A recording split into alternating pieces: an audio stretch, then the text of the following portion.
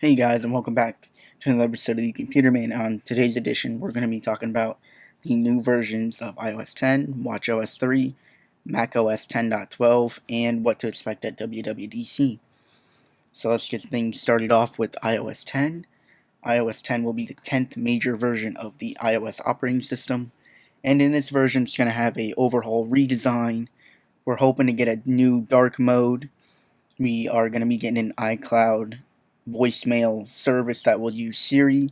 Siri is going to be more smarter, more intelligent, more faster, and the battery performance should be improved. System stability should be improved. There are going to be a whole bunch of security improvements. So jailbreaking, as we know it, might not exist anymore, and Apple Pay is going to get upgraded to support peer-to-peer paying, so you can pay other people that have an iPhone through iMessage. There has been a rumor that iMessage might go to Android, but let's face it, it's not going to go to Android. And with iOS 10, we should hope to get some new 3D touch gestures in the control center, as well as the home screen, dedicated HomeKit app, and overall just a whole bunch of changes that we wanted in iOS 9 will be in iOS 10. Moving on from iOS 10, watchOS 3 for the Apple Watch. Now, there hasn't been a lot of rumors out there about watchOS 3, but here's some things that I see that watchOS 3 needs to accomplish. Siri needs to get improved on it, because Siri, as we know it on the Apple Watch, is slow, takes a long time to load, and it doesn't give you everything that the iPhone can do. iPhone's Siri version can do. So they need to really improve that. As well as built-in apps like put a podcast app, put a reminders app, a notes app, put a dedicated HomeKit app on the watch. And with those built-in apps, instead of always connecting Bluetooth headsets, in my opinion, we can use the speaker on the Apple Watch to listen to stuff instead of connecting Bluetooth headsets for podcasts, music, and things like that. And Siri should be able to talk to us instead of giving us text information on the display. watchOS 3 is going to use all dedicated native apps on the watch, because as of June 1st, Apple sent out a tip to developers that says you need to get all your apps native on the Apple Watch. So watchOS 3 is going to be totally native, going away from the iPhone. And with that, they have to put a Wi-Fi toggle.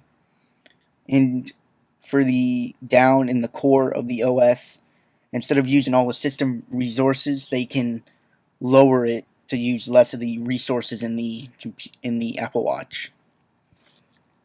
Moving on from watchOS 3, we have OS X 10.12, which will be renamed to macOS.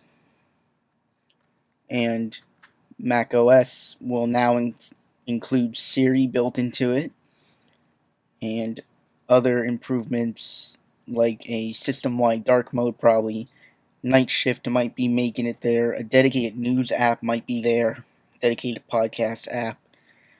But overall, it's going to improve the problems that El Capitan had, which was lagging, system failures, and all those other problems that people have reported with these devices that ran El Capitan.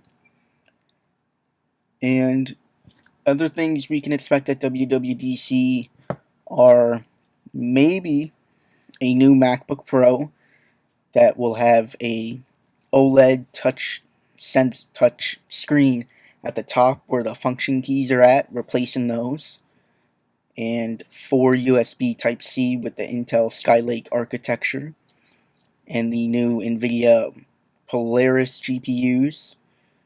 It might feature a 4K display with DCP screen technology, and the MacBook Pro will also be lighter and a newer design, just like the MacBooks. The MacBook Air might get removed altogether, or they might just upgrade the hardware in that to Intel Skylake and get rid of the 11-inch model.